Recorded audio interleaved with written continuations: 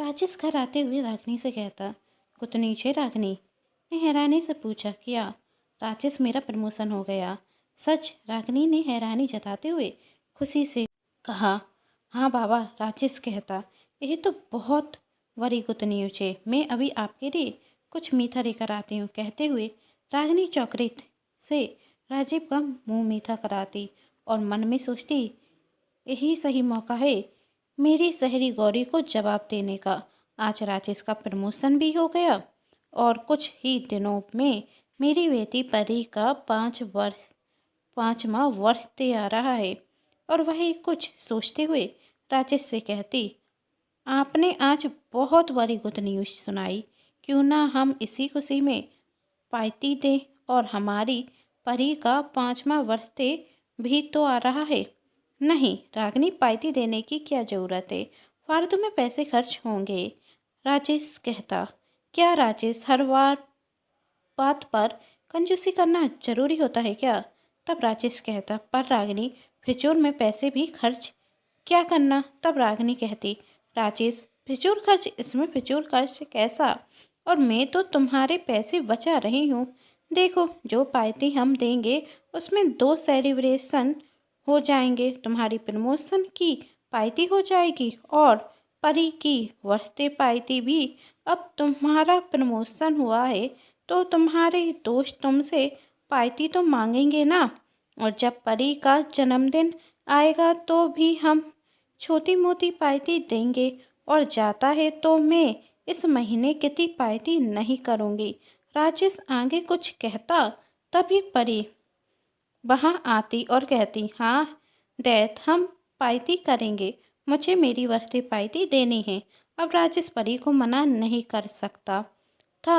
मौके पे चौका देते हुए रागिनी कहती, तो किस होटल में पार्टी दे रहे हैं हम? तब राजेश कहता, अब होटल की क्या ज़रूरत है, हम घर में ही पार्टी करेंगे। तब रागिनी मन में सोचती, नहीं, घर में पार्टी तो मैं किसी कीमत पर नहीं होने दूंगी। और वह कहती, नहीं राजेश, घर में पार्टी होगी तो मेरा काम बढ़ जाएगा और घर गंदा होगा।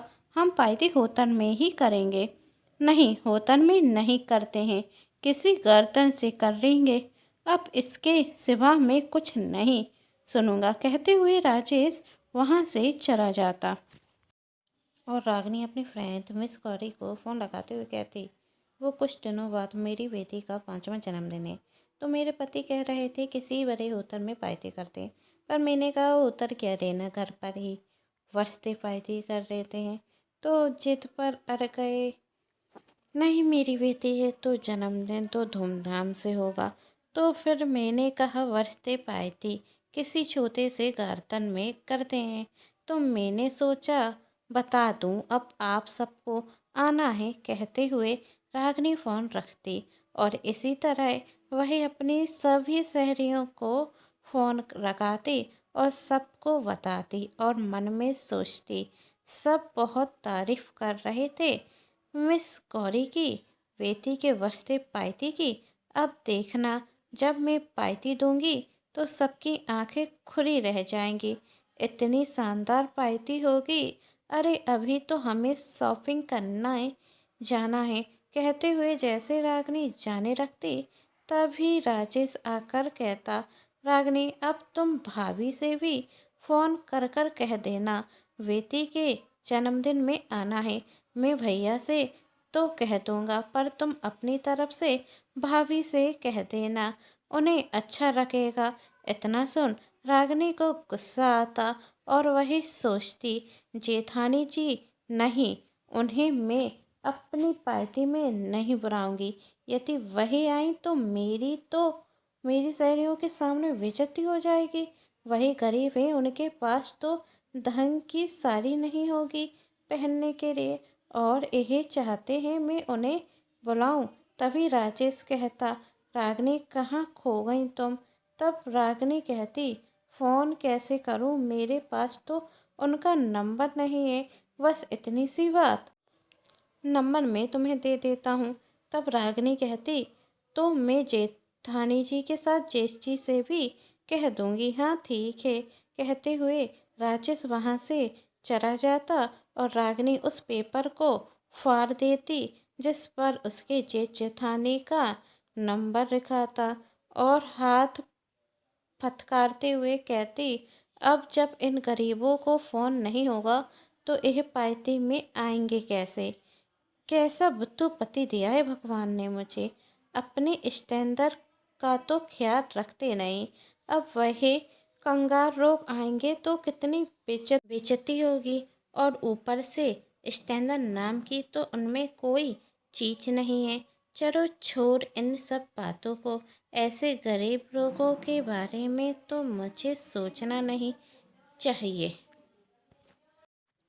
अभी तो मुझे बहुत काम है, पार्लर जाना है, शॉपिंग करनी है, गिफ्ट देना है और केक का ऑर्डर भी तो करना है। तैयारी करते करते पार्टी वाला दिन भी आ जाता।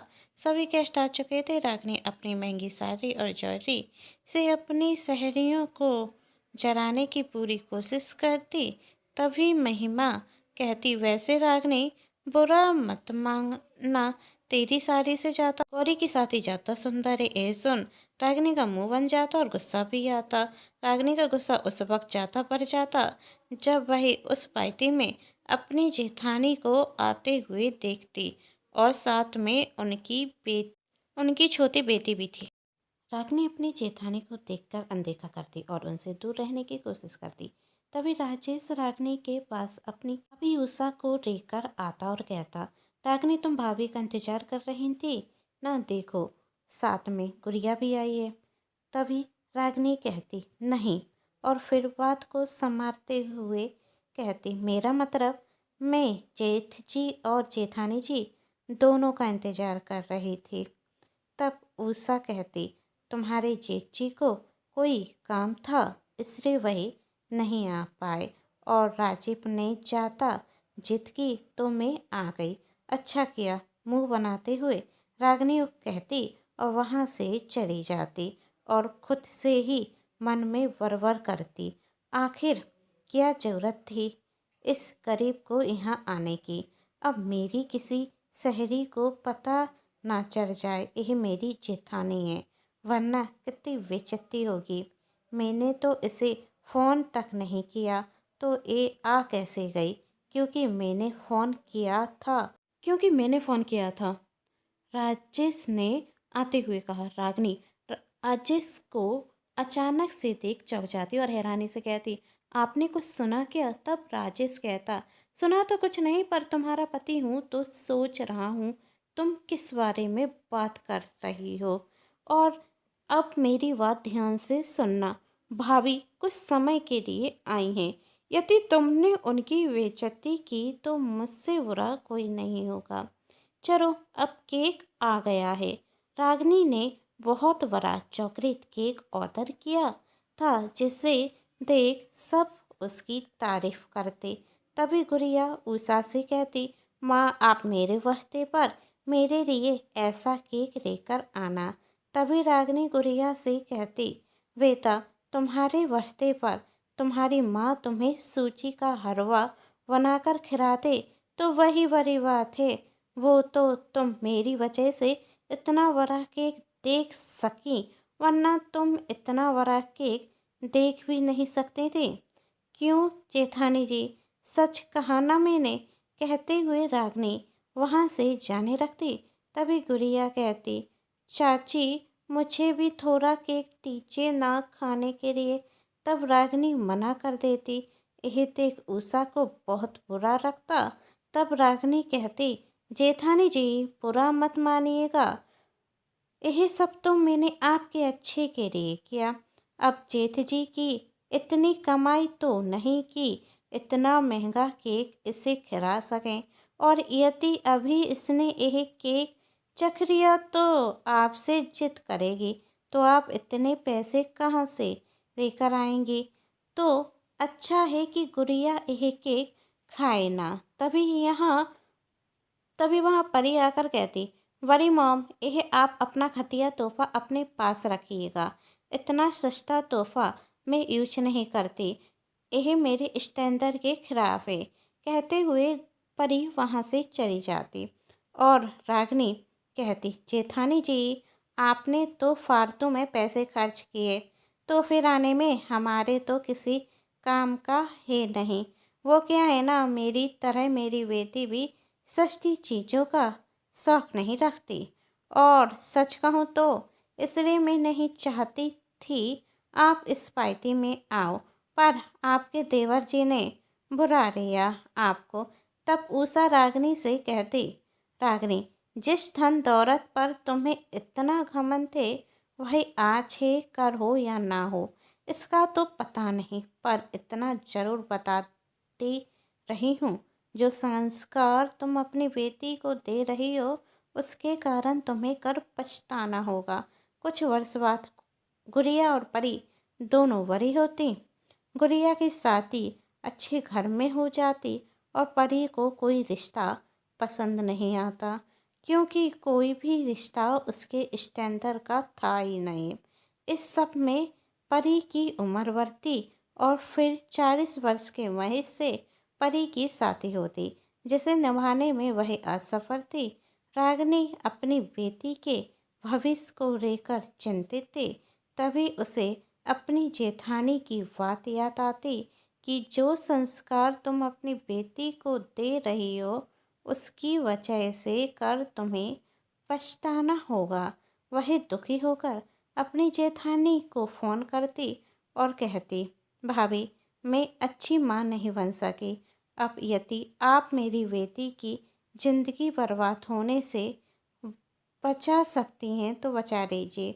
उषा के समझाने से परी अपने रिश्ते को मौका देती और जैसा उषा कहती वही करती, और उसके बाद परी खुशी से आगे की ज़िंदगी जीती। आप सभी को ये कहानी कैसी लगी नीचे कमेंट बॉक्स में बताना बिल्कुल ना भूलें। कहानी पसंद आने पर चैनल को सब्सक्राइब, वीडियो को लाइक एंड शेयर जरूर कीजिएगा। Thanks for watching.